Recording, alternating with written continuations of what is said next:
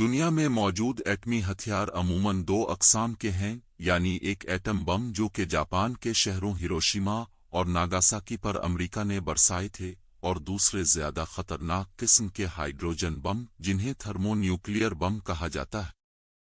इन हथियारों की तीसरी किस्म जिन्हें माजी में न्यूट्रॉन बम भी कहा जाता था, लेकिन अब उनका ज़्यादा इस्तेमाल नहीं किया जाता। Atom bomb.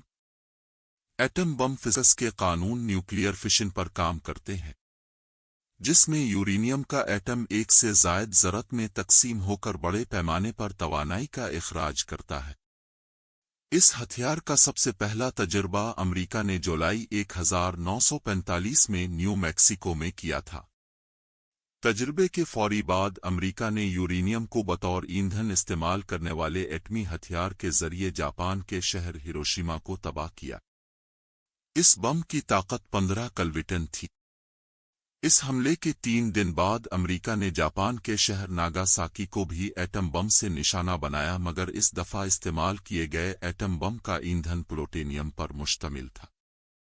साबिका super power Soviet union ने भी अपने पहले एटमी हथियार का तजुर्बा अगस्त 1949 में काज़ाकिस्तान के सहरा में किया। Hydrogen bomb.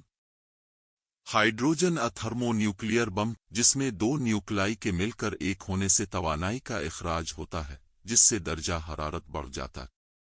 सूरज में भी ये अमल हो रहा है, जिसकी वजह से इससे तवानाई का इखराज होता है।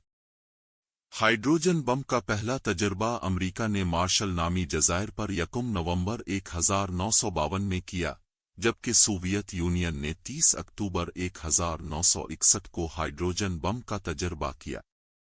अभी किसी भी जंग में हाइड्रोजन बम इस्तेमाल नहीं किया गया, लेकिन दुनिया में इस वक्त मौजूद एटमी हथियारों की अक्सरियत उन्हीं एच बमों पर मुश्तमिल है। इनहैंस रेडिएशन हथियार।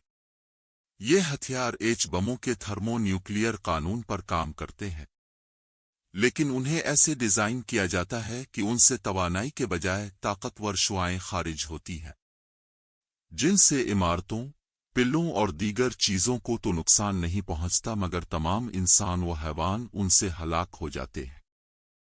किस किस के पास एटमी हथियार है?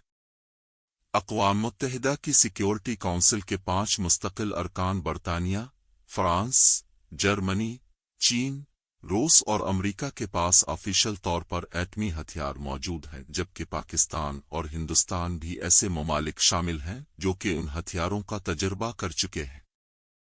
इसराइल को भी एटमी हथियार रखने वाले ममालिक में शुमार किया जाता है, ताहम उसने कभी इसका बाज़ाब्ता ऐलान नहीं किया। आपसे गुजारिश है, चैनल को सब्सक्राइब करें और मज़मून पसंद आए तो हौसला अफजाई के लिए लाइक कर दें।